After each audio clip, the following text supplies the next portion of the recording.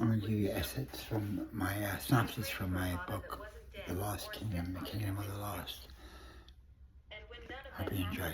I prayed here to turn into smoke, but I never did.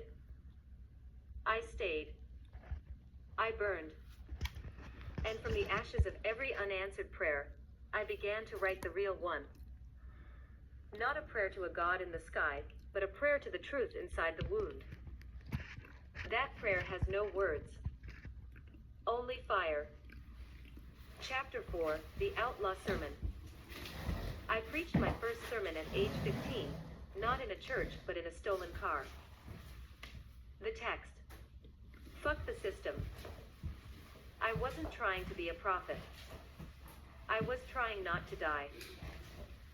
But when I looked into the eyes of the boy next to me, his hands shaking, his eyes wet with fear and freedom, I saw it.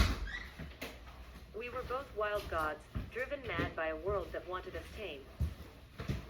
And so I preached, take only what you need. Hurt no one. And never let the fire go out. That was my gospel. The Outlaw Sermon. Truth, not in robes, but in rags and rage. Chapter 5, The Mirror. One night, in the woods, with nothing but a blade in the wind, I looked into a cracked mirror I'd found in the trash. I didn't see myself. I saw everyone I had ever been, the thief, the liar, the poet, the ghost. And something deeper. Something not made of flesh or name. A watcher.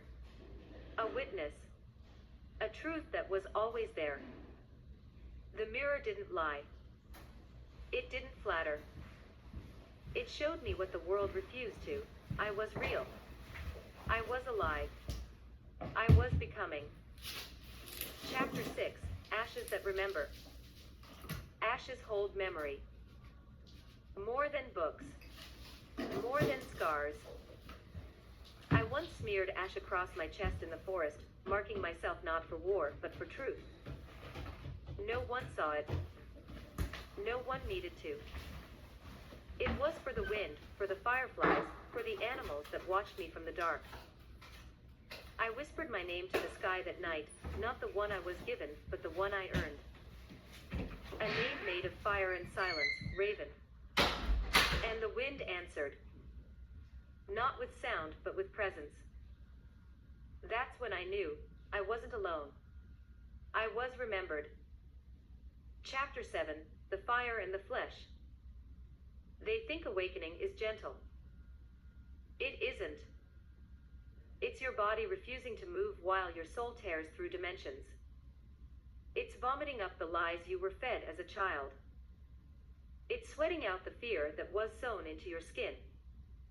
Awakening burns. It scrapes. It devours. I learned that lying in a rotted sleeping bag, my bones shaking from fever, my lips cracked from thirst. There was no guru. No mantra. Only the war inside me, between the fire and the flesh. The flesh begged for comfort. The fire demanded truth. And I, somewhere between, was being remade. Chapter 8, The Voice in the Trees. There was a tree I spoke to. Tall. Broken at the top. Like me. I asked it, why did you stay standing when the storm split you? It didn't answer in words. It answered in being. It stood. Even half dead, it stood. I wept beneath its limbs, not because I was sad, but because I understood. Strength isn't surviving untouched. It's bleeding and still rising. It's being broken and still growing. The tree knew. And in its silent way, it called me brother. Chapter 9, The Gospel of the Cracked Earth.